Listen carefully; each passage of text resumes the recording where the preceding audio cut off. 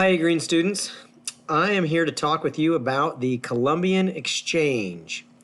So the Columbian Exchange is a transfer of plants, animals, diseases, technology from the Old World, which is Europe, Asia, and Africa, to the New World, which is North America and South America, and vice versa.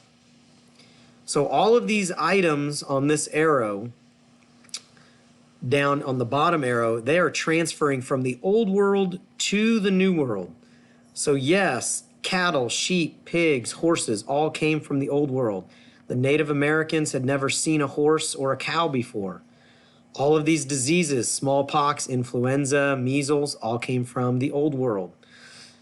Bananas, citrus fruits like oranges and lemons and limes, peaches and pears, coffee beans, bananas, sugar cane, onions, grapes, all of those are Old World items that started in Europe, Asia, and Africa and were transferred to the New World. Same with all of these grains right here: wheat, rice, barley, and oats.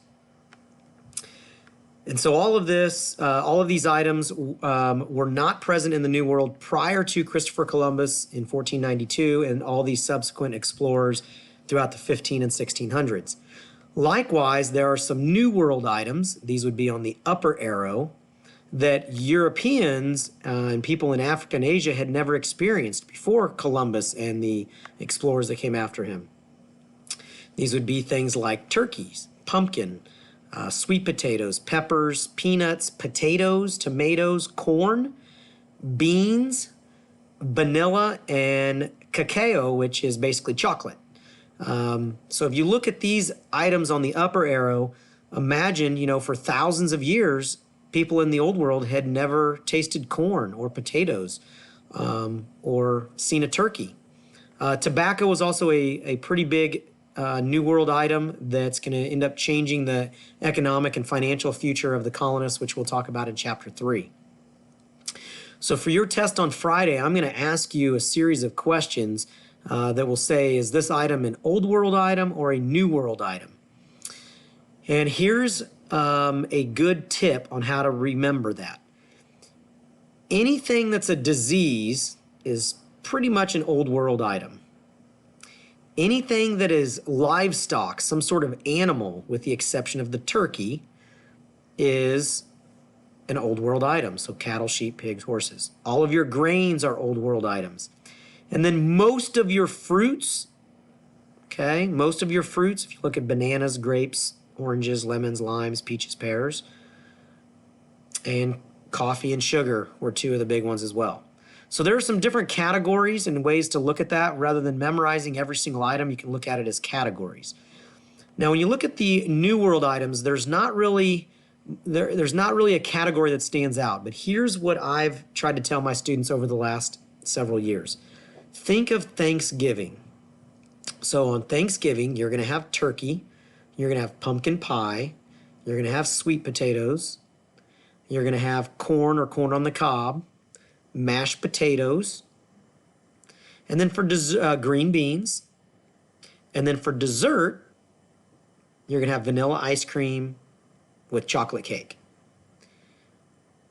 And then maybe you've got that one uncle who likes to go out on the back deck and smoke a cigarette after dinner. There's your tobacco thrown in there. Okay? So again, Thanksgiving items: turkey, pumpkins, squash, sweet potatoes, potatoes, corn, beans, and then your vanilla and chocolate for dessert.